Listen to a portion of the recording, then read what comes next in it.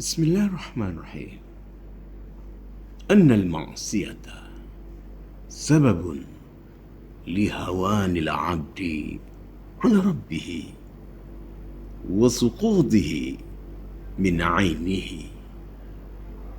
قال الحسن البصري: هانوا عليه فعصوه، ولو عزوا عليه لعظمهم.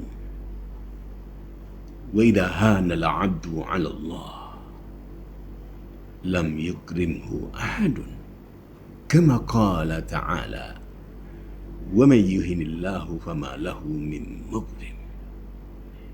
وإن عظمهم الناس في الظاهر لحاجتهم إليهم أو خوفا من شرهم، فهم في قلوبهم أحقر شيء وأهونه